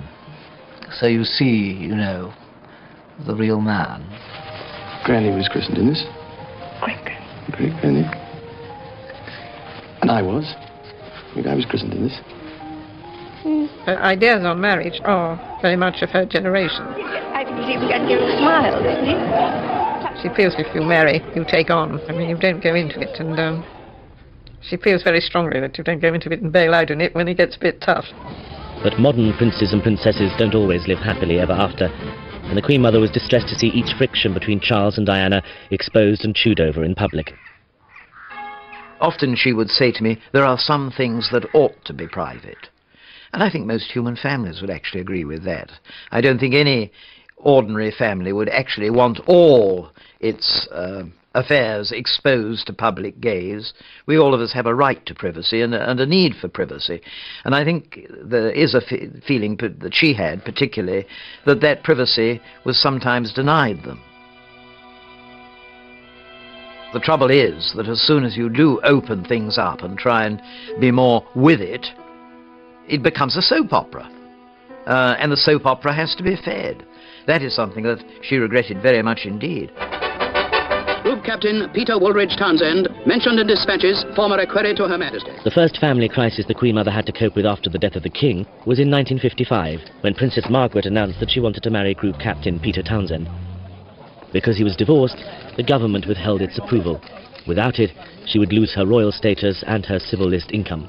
Much has happened since the days, recalled now by Pathé News, when he accompanied the royal tour of South Africa as an equerry to King George VI.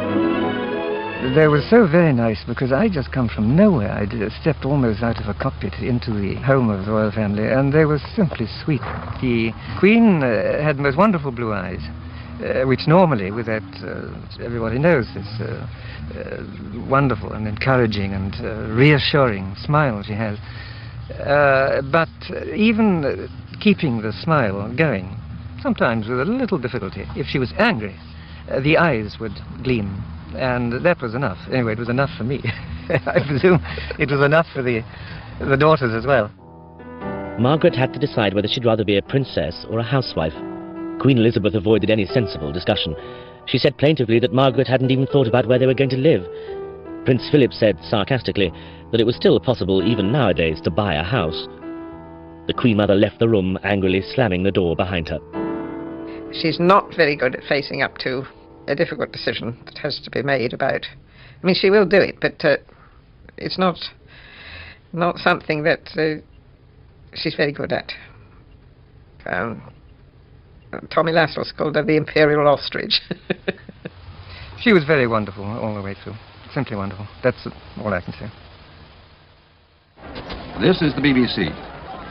The following personal message was issued from Clarence House by Princess Margaret about an hour ago.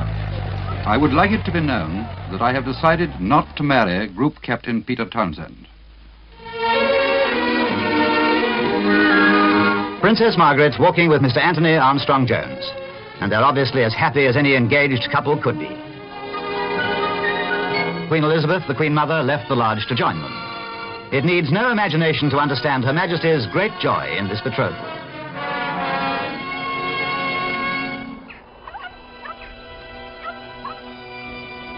Lord Snowdon's 18-year marriage to Princess Margaret ended after a 2-year separation, on the grounds that it had broken down irretrievably.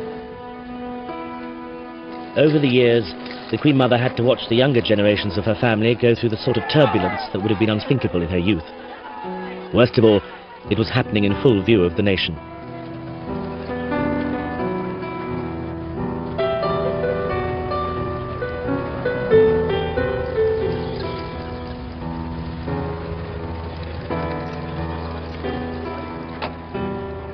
I mean, she's got, I suppose, inevitably old-fashioned views, because those sort of things have gone out of fashion, of being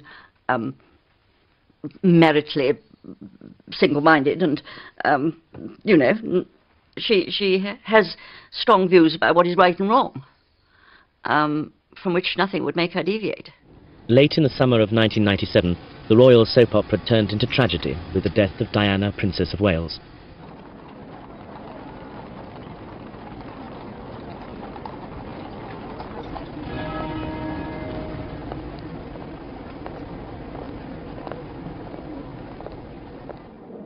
Two days after the funeral, the Queen Mother was the first member of the royal family back on duty.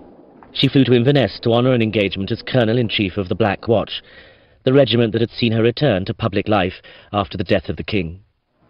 Her line is, "The show goes on." And sometimes people may think that is a sign of little feeling. I don't think that's true for a moment. Not for a moment. She has a core of steel inside her. She never really, I've never really known her lose her temper. And heavens, we've been probably aggravating enough to her, but she's never lost her temper. She's a wonderful mollifier. At the same time, she doesn't give away anything of her integrity in doing it.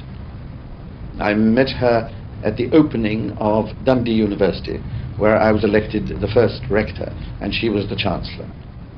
It was at the worst time of student difficulties, it was 68, and there was an air of revolution all over the place. As we came in this solemn procession in Dundee, the students pelted us with toilet rolls, which they kept hold of one end, like streamers in a ball, and threw the other end. And the Queen Mother stopped and picked these up as though somebody had misplaced them. "Was this yours? Oh, would you take it?" She never has any fear of people. I mean, I can remember driving back from the Jubilee in 77, and the royal family had appeared on the balcony. We were due to drive, and the police suddenly insisted that Queen Elizabeth was to go out right through the gardens of Buckingham Palace and up the whole way round the wall. The crowds were dispersing, so it wasn't a question of safety. She said, "Absolute nonsense, I'm going straight across, and in front there's absolutely no danger. They would be so silly," and she wouldn't listen, and they had to send to the master of the household, who arrived down rather nervously, and had to say to her, "Look here, ma'am, this is the police's advice. You really have got to take it." She did, in the end, with very ill grace, I may say. And we drove right the way round. It took us over half an hour to get back to Clarence House. And when she got out of the car, the other end, still rather angry, she turned to her own detective and said, "That was extremely pusillanimous." And when we went into the house, she turned to me and said, "I'm so glad I got that word out." But of course she was absolutely right. We could have gone straight across, and they would merely have cheered at her. On one of the hottest days of the century, the Queen Mother presided over an enormous birthday party outside her London home. Nearly all had brought flowers, cards, and a variety of gifts they hoped the Queen Mother would appreciate.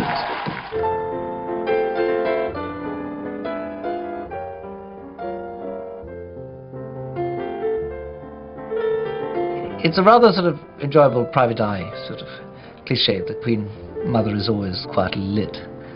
It's certainly not my experience. She likes the ritual and the fun, the party feeling that there are drinks. Ah, there'll be drinks, she says, you see. And then, you know, one watches like a hawk what's going down, and it's usually a bit of a dubonnet. Before going up to lunch, it was a thing to do. She went into my little private office for a tidy, as they call it, you know, get ready to go upstairs for luncheon. And I always had this office sort of tarted up a bit, not like a normal bog standard stuff, with a nice bit of chintz here and there, you know. And the Duchess of Devonshire looked after the bar when they went in there. The Queen Mother's favourite tipple was gin and dubonnet.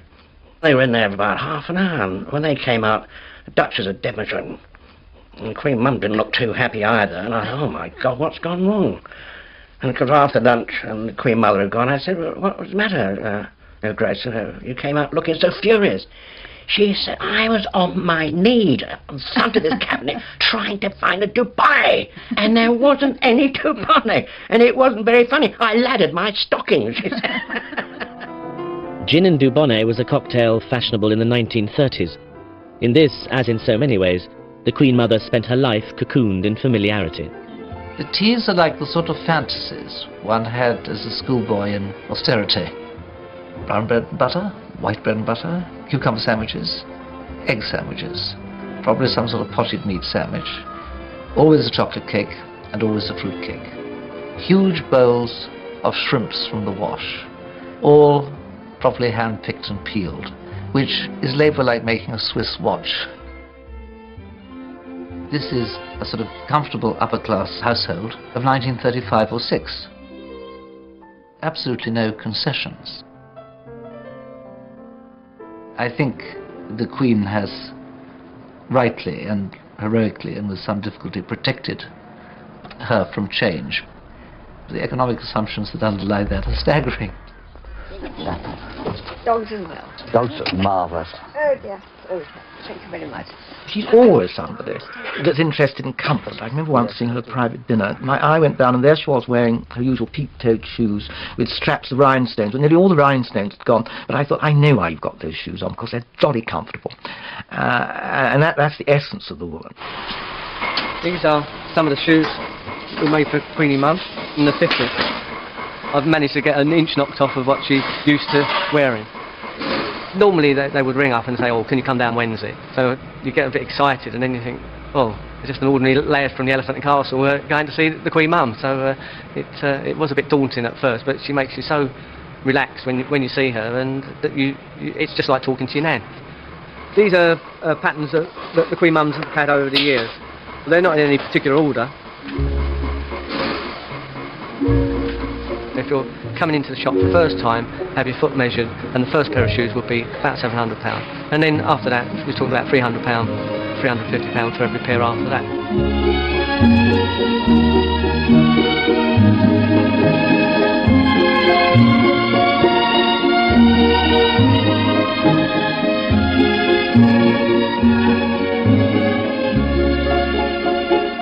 She never says, actually, I'd rather have it a bit more like this or a bit more like that, but it's just the action, and I know what she wants. So by the time the hat is finished, it's exactly the same as all the others. Thank you very much. Come on. She knows what suits her. Blue, of course, in all possible shades. I never knew there were so many different shades of blue. This hat I made her for the christening, I think it was, of Prince William. Very pretty, as you can see. And over here I have the dress. Naturally the dress came first. It's usually a very simple dress, and then in the summer she's got a coat over it of the same material, but it's a little bit floaty, so we call them her floater coats. The hat is mounted on a bandeau like that, which is, Queen Mother calls it her protector, because it covers her little chignon at the back here, gives her a little bit of softness just in the front, and it holds the hat on beautifully. That's her secret, she calls it, that makes the hat stay on very well. Sometimes it happens to be a tiny little bit too tight and she doesn't want to tell me. She has been known to get her little nail scissors and snip inside the ribbon, and then call me in desperation and say it's not working, and I say, "You snipped it again. You've been scissor happy," and she laughed. I always remember her saying, she said, "Well, unless my page says to me, 'Your Majesty, you look absolutely wonderful.'" She said, "I know, I look dreadful." So you can imagine always, every time she's going down the staircase, just about to go off to do some public thing, there'd be William standing there saying, "Your Majesty, you look simply wonderful." Then she'd know. She'd say, "I know, that's all right, I can now go out." Queen Elizabeth's image was concocted before the war by the couturier Norman Hartnell. But it was the photographer Cecil Beaton who, like a court painter, crystallized it and insinuated it into the public's imagination. This style developed into the image of a gossamer granny that persisted to the end of her life. I think only Beaton and Snowdon had an intuitive understanding of the kind of reticence or line not to cross to create the magic without suggesting any hint of vulgarity about it. I mean, Parkinson, there was always a degree of blitz about Parkinson. It always edged slightly the wrong way. And Parkinson would do things like that dreadful photograph of Princess Margaret, the Queen, and the Queen Mother, all with these terrible blue shawls that he put round them, satin shawls. It's just simply dreadful and should never have been done, ever. There's that lovely photograph of the three of them all in royal blue dresses together, and that has been a major factor within the family. It has been a very close relationship indeed. The Queen and Princess Margaret, and both of them with their mother. Oh, it's lovely.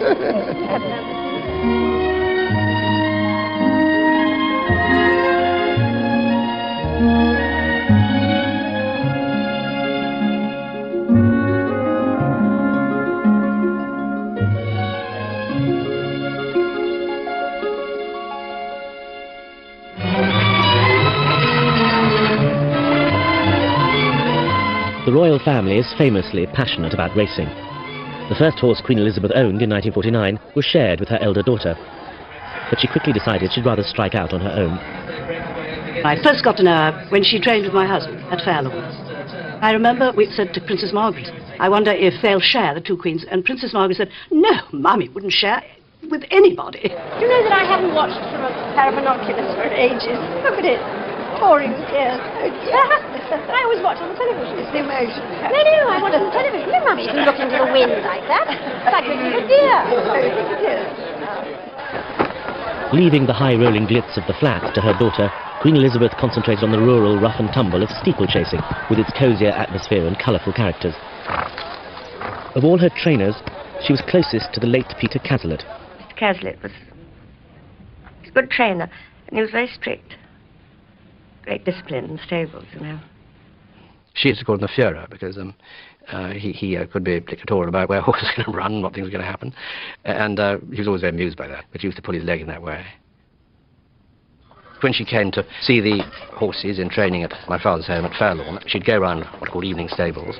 She's then armed with a carrot, which she always fed very professionally to horses, and my father used to get very nervous because some horses can be quite fractious, and they see something coming, they're not too worried whether they bite your hand or the carrot.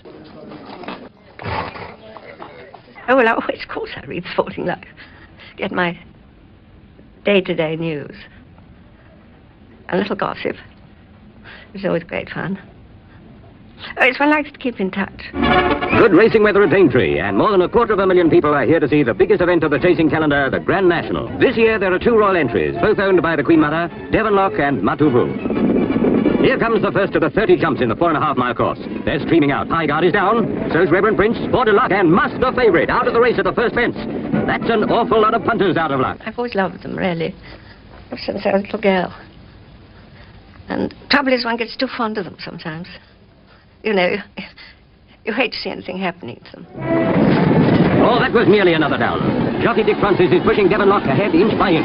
Eagle Lodge is beginning to tire, but there's still plenty of power. There were 250,000 people there. I think 249,999 were all cheering for the Queen Mother. Devonlock's going strongly at jump 29, and it looks to the crowd as though a royal Windsor certainty. And you could hear this crescendo of cheering building up. Only 40 yards to go. Devonlock can't move. Oh, he slipped. He's down. I think it was Her Majesty's popularity lost to that Grand National because everyone was cheering for her. The crescendo hit him. My God, what's that? His hindquarters just refused to act. Down he goes on his belly, slides along the ground. All hope of winning the Grand National is gone. Dick Francis walks off the track in tears, a bitterly disappointed man. Her Majesty is most philosophical. She said, well, that's racing. And my word, that was racing. I was thinking the other day, it must be about 80% disappointment. Or more, perhaps. But yeah, that makes up, doesn't it, when you do get a winner? I think it's well worth it. You're in the 2:30 race. What time? 2:30. Yes, sir. And you'll start about 10 to 1. How far is this? Just no distance at all. Well, I start at 10 to 1. I can go home for my dinner, can't I? How about the other horses? Oh, they start about 5 to 4. What, the same day? Same day, same race. And I start at 10 to 1? Yes. Watch me about 2:45 to 3. I'll show you something. Ever since she first saw them in the 1930s, Queen Elizabeth had a passion for the Crazy Gang, and Bud Flanagan became a personal friend. We went to see the Crazy Gang, she wrote to Osbert Sitwell, and that quite restored me. An evening of a real English music hall audience gave one back a lot of faith in one's own people. They laughed so heartily and so kindly. Everything amuses her. That's the secret of her life, I think. She always takes a picnic to the beach hut at Oakham. And that is it's a most lovely, wide beach. But in fact, it's slightly spoiled now because half is a nudist colony. Well, then she sends people out to count the nudists. And it's considered quite a joke. Considered very bad taste, but it's quite a joke. I said, oh, ma'am, do you think they're going to be nudists? She said, oh, yes. There frequently are. And when they catch sight of me, they scutter into the dunes, their dear little white bottoms bobbing like rabbits. She loves the television, and she's very knowledgeable. She knows all about the programs. In 20 minutes' time, a train will come through the station, and it will be carrying the person of His Majesty King George VI. No, King George VI. Camouflaged, of course. Is the train camouflaged, or is the king camouflaged? Adores Dad's Army. She's seen it several times over. And she likes, is it called Allo Allo? Don't move. What? My name is Michel Dubois. Time is very short. Listen very carefully. I shall say this only once. I beg your pardon?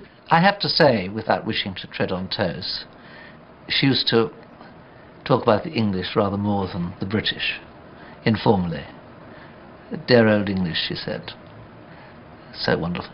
She's a tremendous P.G. Woodhouse person. I mean, she went the other day to do a P.G. Woodhouse ceremony in London and to unveil a plaque above the house where he used to live. The master, she calls him. When I was a Provost of Eton, she used to come every year. We put on...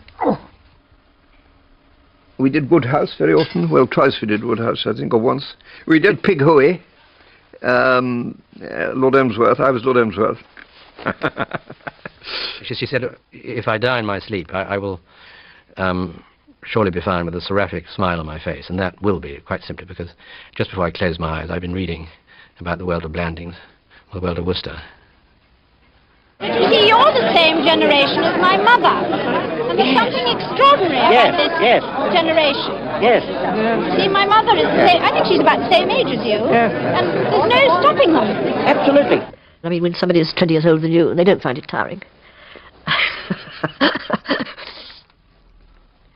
But I've never seen Queen Elizabeth flump into an armchair like I do, when your feet are killing you and your shoes hurt and your ankles are swollen. No, I think she very disciplined like that. Queen Elizabeth at Clarence House or anywhere, or even sitting on a sofa, she's always sitting like that, absolutely ramrod back, because she must have been taught by her governess. Nobody does that. I mean, that is something from an earlier age. But I think it would have kept her going, because always this feeling of correct etiquette and composure and the arrangement of the body. She's a great disregarder of pain or discomfort. I mean, she would have to have a totally smashed leg or something of that sort ever to give way to it. And when all of us are saying, oh, you can't do that and you must lie up and so on, she ignores it. The Queen Mother was dining with friends at the Royal Lodge in Windsor when she started to choke. I remember that day the starter consisted of a whole rainbow trout. Queen Elizabeth attacked her trout with some gusto, and shortly afterwards there was a sort of and it was obvious that a fishbone had lodged in her throat, that she wouldn't have any help. We had rather a nervous time, and luckily Princess Margaret was on hand and insisted that a doctor be called. she had an emergency operation under general anaesthetic to remove the fishbone. It was the first time in nearly 30 years that ill health made her cancel her public duties. The second fishbone incident I was rather more intimately connected with, in that I'd actually caught the fish responsible. I'd been out fishing in the middle of Caithness and using a method of filleting which had been taught to me by an old friend. I set about these trout. And conscious of the first fishbone incident, I was pretty careful, at least I thought I was, to make sure there were no bones left in these fillets. And said, oh, gosh, that's frightfully good, let's try these. And almost in the second bite, there was a sort of and I thought, oh, Lord, I don't believe this. Anyway, she wouldn't hear anything of it and kept saying, oh, no, it's not the fishbone, it's a bit of dried toast. Completely all right, thank you. It's fine now, it's fine now, yes, absolutely, absolutely. It was just a small problem. Now it's okay. I'm very glad. But Queen Elizabeth, to this day, always insists that it was a bit of dried toast. My only hope was that it was, but I somehow doubt it. Her belief in doctors is slightly tenuous. She basically believes that health comes from inside and is up to oneself to keep healthy and go on. An unwavering stoicism sustained her through the painful, tedious indignities of old age. By 1995, the cataracts in her eyes had become unbearable. If I or somebody else had come into the room, I'd always make a point of saying, oh, good afternoon, ma'am, so that she could recognise the voice and say, oh, Ashton, oh, nice to see you. But you knew she couldn't really see you, and that must have been very boring for her. The Queen Mother finally had her cataract dealt with in the summer of 1995, under local anaesthetic. I think it changed her life. I remember her saying, this is the first time for, I don't know, 4 or 5 years, that I've been able to see the pattern on my breakfast plate. But there was still another torment to cope with, the relentless pain in her hip. The only time I ever really heard her talk about it was one evening she said, oh, I'd love a dry martini, a rather useful painkiller. She decided that the hip must be operated on, to the consternation of her medical advisors. And they quite rightly said, well, nobody in the world has ever had a hip operation at the age of 95, let alone the actual operation. You've only got a 50-50 chance of actually coming round from the anaesthetic. He said, well, I'm not much enjoying life with a bad hip. I want the operation and I'm going to have it.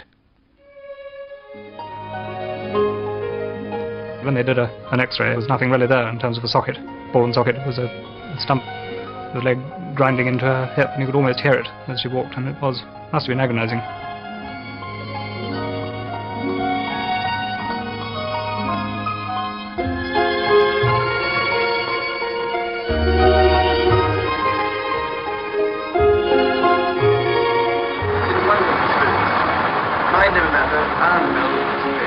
After the operation, when I did see her, I would have said almost 20 years had gone off out of her face. Pain had gone from facing.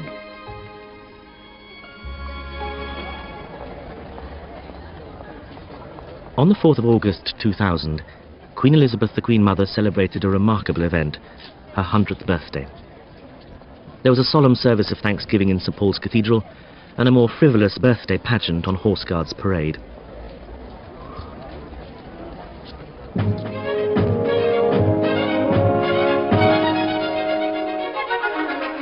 In honour of this special birthday, the Daily Telegraph published 100 photographs of Queen Elizabeth. Hello magazine produced its own unique 2-part souvenir, and The Sun gave its readers a voucher for a free glass of gin and tonic.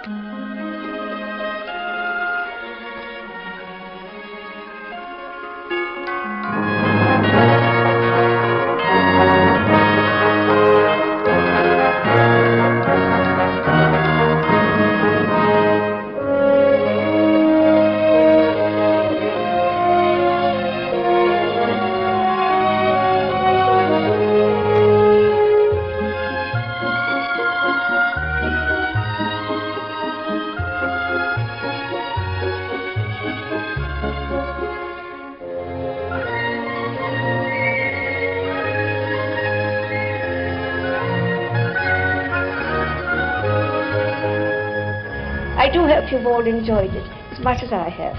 It's been a wonderful evening. And I'll just say, God bless you all, and thank you.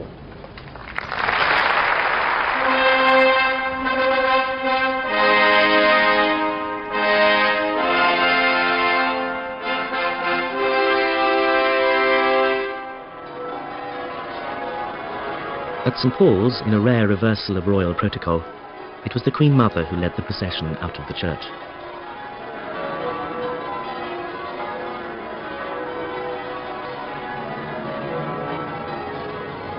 I think her family are enormously important to her, because she's got great sense of the continuity of the monarchy, which is what she really thinks is important. Good morning, Your Majesty. Just in a line here, with the little ones in front. We've got a young man behind we can't see, actually. Could you come a bit forward? There's an old side of the royal family, but I don't think this generation, or even possibly hers, has...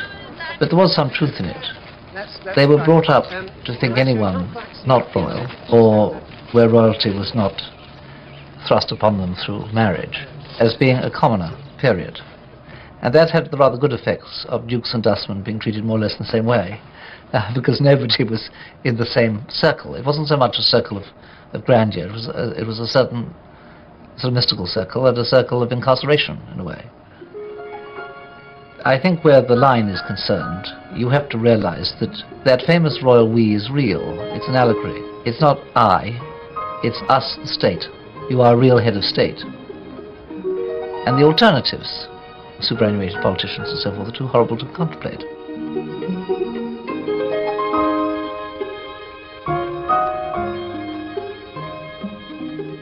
I remember one night after dinner, it was a lovely hot summer's night, and we all walked down the hill to St. George's. It was a beautiful, still night with a lot of candlelight and wonderful atmosphere. Some of us went up into the organ loft. I remember Princess Margaret was there, the Queen was there, we were all there, and listened to the organist playing. It was lovely, this sort of empty chapel with this lovely music. And we all wandered around looking at various things. And I remember walking past the vault where the king is, and sort of railing grid outside it, and we stopped, and Queen Elizabeth said, "This is where the king is," and so with a little sort of lovely twinkle said, and I suppose I should be there too, and walked on, and the Queen turned round to me and said, "Lovely, you see, she didn't mind a bit." To say that, very touching, really.